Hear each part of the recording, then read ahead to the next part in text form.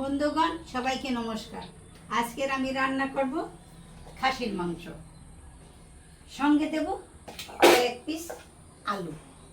আপনারা এখন দেখেন আমি রান্না শুরু করি। প্রথম আমি চুলায় আগুন ধরিয়ে নেব।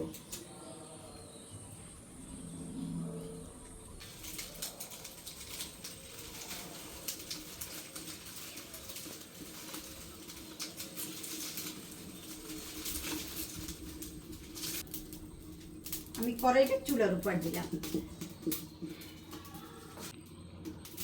আলু ভাজার জন্য দিয়ে দেব সরিষার তেল।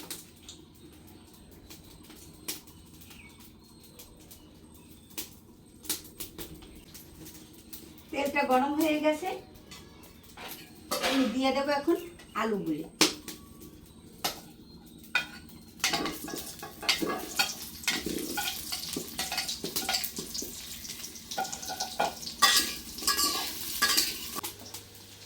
প্রথমে আলু ভাজার জন্য দিয়ে দেবো একটু লবণ,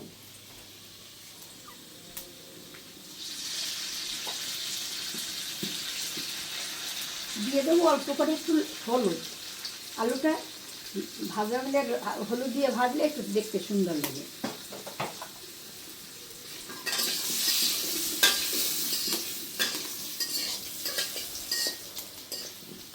আলুগুলি ভাজা হয়ে গেছে, আলুগুলি তুলে নেব।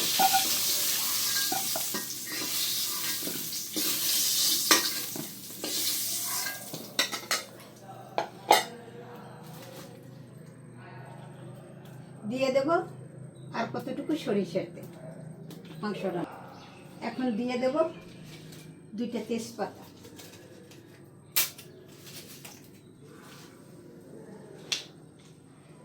দিয়ে দেব 3টে শুকনো মরিচ,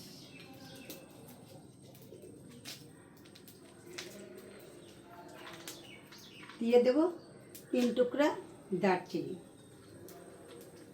3টা এলাচ, সঙ্গে দেব কটা জিরা।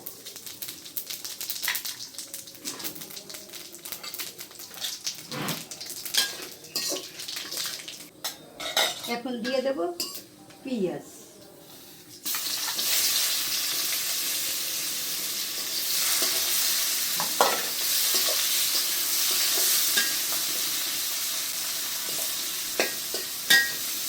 পেঁয়াজটা একটু লালচা করে ভেজে নেব। পেঁয়াজটা ভাজা দিতে সুন্দর করে এখন দিয়ে দেবো আদা বাটা,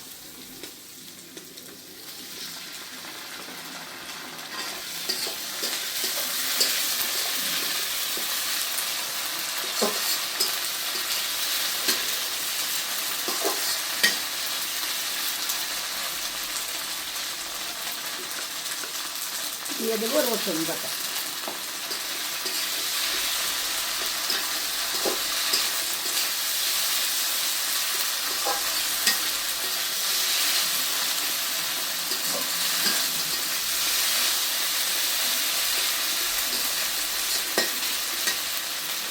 এখন দেবো পরিমাণ মতো হলুদের গুঁড়ো,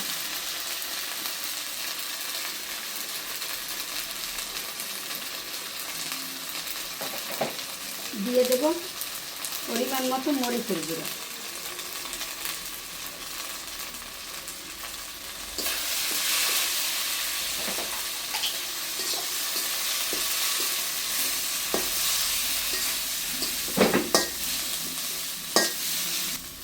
দিয়ে দেব লবণ।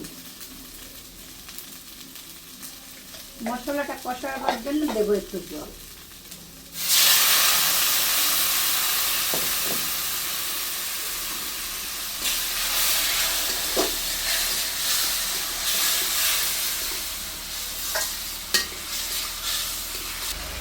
মশলাটা আস্তে আস্তে কষাই নেব। মশলাটা কষানো হয়ে গেছে সুন্দর করে। এখন দিয়ে দেব মাংসগুলো,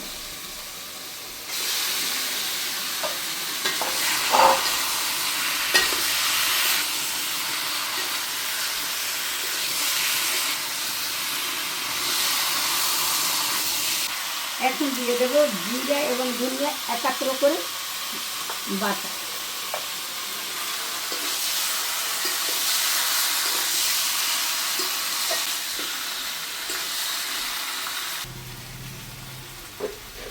মাংসটা একটু ঢেকে দেব।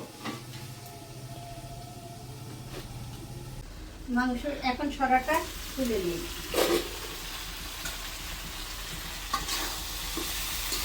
মাংসটা কষানো হয়ে গেছে, এখন দিয়ে দেবো গরম জল।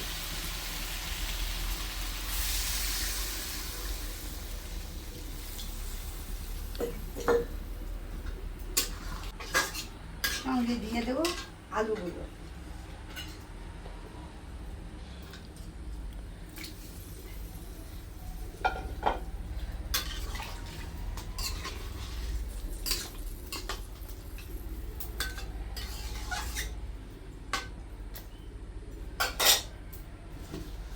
আস্তে আস্তে হইতে থাকুক, আমি এখন সরা দিয়ে আবার ঢেকে দেব। সরাটা তুলে ফেলি।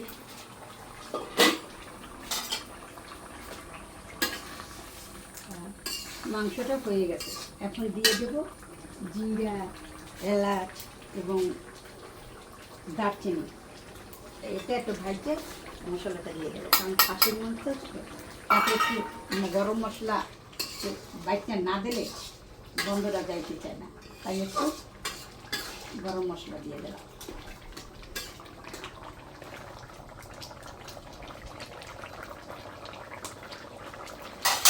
দিয়ে এখন নামাইয়ে ফেলব। মাংস হয়ে গেছে।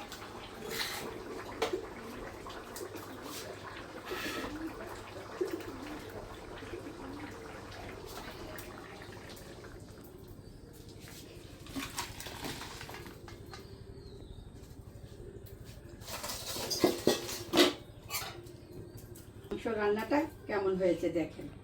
আপনারাও এভাবে রান্না করবেন। রান্না করে কেমন লাগে আপনারাও খাবেন, পরিবারের সবাইকে খাওয়াবেন। আর আমার রান্নাটা যদি আপনাদের ভালো লেগে থাকে তবে লাইক করবেন, শেয়ার করবেন, কমেন্ট করবেন এবং আমার পাশে থাকবেন। আপনাদের সবাইকে আবার ধন্যবাদ।